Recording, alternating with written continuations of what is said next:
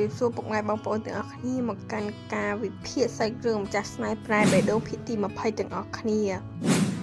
មុននឹងចូលដល់ការសង្ខេបភាគទី20នេះផងដែរគឺថាយើងមករំលឹកសាច់រឿងភាគទី19ទាំងអស់គ្នានៅបណ្ដាសាច់រឿងភាគទី19នេះដែរគឺថាលោកវិទមិនត្រឹមតែបង្ហាញរូបភាពបង្ឆាយនឹងជីនោះទេគឺថាលោកវិទបានបង្ហាញរូបចែជីតអេកូមើល baby ទៀតផងហើយធ្វើឲ្យអ្នកទាំងអស់គ្នានៅទីនោះបានដឹងរឿងចាជីនិងបង្ឆាយទាំងអស់គ្នាហើយប៉ាចាជីក៏មានការមកមុខជាខ្លាំងផងដែរលុះដល់ថ្ងៃស្អែកវិញគឺថាលោកវិទបានសួរនាំយាយហេតុអ្វីបានជានៅទៅកាន់ជើងរបស់ចាជីទៅយាយថា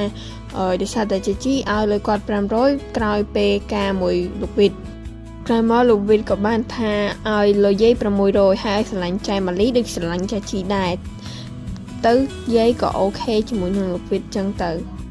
កាត់មកដល់ផ្ទះចាជីវិញគឺថាប៉ាចាជីបានឲ្យចាជីទេហៅបង្ឆាយមកជាបញ្ញាព្រមទាំងចង់ប្តឹងបង្ឆាយដាក់ចូលក្នុងគុកទៀតផង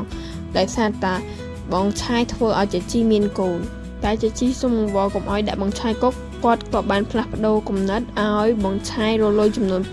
$50,000ក្នុងរយៈពេល1សប្តាហ៍កាន់មកដល់ផ្ទះចៃម៉ាលីវិញគឺថាលោកវិទបានសុំអង្វរចៃម៉ាលីឲ្យមកនៅផ្ទះជាមួយខ្លួនព្រមទាំងធ្វើ BA ស្នេហ៍និង BA បេះដូងរបស់លោកវិទទៀតអញ្ចឹងមានន័យថាចៃម៉ាលីបានធ្វើ BA ត្រីខម៉ៃសមុទ្រផងធ្វើ BA ស្នេហ៍ផងព្រមទាំង BA បេះដូងរបស់លោកវិទផងអញ្ចឹងចំណេញអ្នកទាំងអស់គ្នាកាត់មកដល់ល្ងាចបន្តិចគឺថាចាជីក៏បានមករកចៃម៉ាលីដល់ផ្ទះផងដែរប៉ុន្តែម្ដាយចៃម៉ាលីថាចៃម៉ាលីមិននៅផ្ទះបានទៅផ្ទះលោកវិទទៅនាងជីក៏ប្រាប់ថាមិនអោយចៃម៉ាលីរស់នៅបានសុខទេកាត់មកដល់ផ្ទះលោកវិទឯនេះវិញគឺថាពេលដែលចៃម៉ាលីដល់ផ្ទះវិញគឺថាយាយទទួលស្វាគមន៍ចៃម៉ាលីយ៉ាងរាក់ទាក់ដោយសារតែលុយ$600នោះហ៎ពេលមកដល់ផ្ទះលោកវិទវិញគឺថាចៃម៉ាលីទទួលបានស្នាមថាពីលោកវិទភ្លាមតែម្ដងដោយសារតែលោកវិទច្បាស់លួចស្នាញ់ចៃម៉ាលីដឹងពីចិត្តរបស់ខ្លួនថាខ្លួនបានស្រឡាញ់ចៃម៉ាលីកាន់មកដល់ត្រង់កន្លែងនេះវិញគឺថាចាជីបានមករកចៃម៉ាលីប៉ុន្តែយាយស្លេខ្លាំងមែនតើគឺថាយាយបានថាឲ្យចាជីវិញហើយចាជីពិតជាងងឆ្ងល់មែនតើហើយវីដេអូហ្នឹងវិទ្យាហ្នឹងក៏ត្រូវបានស្ដាប់ត្រឹមតែប៉ុណ្ណឹងតែអ្នកទាំងអស់គ្នាឡើយយើងចូលការវិភាគសាច់រឿងភាគទី20ទាំងអស់គ្នាអ្នកគ្នាមានឆ្ងល់ដូចខ្ញុំមកតើបង្ឆាយអាចរកលុយចំនួន$50,000បានដែរឬទេស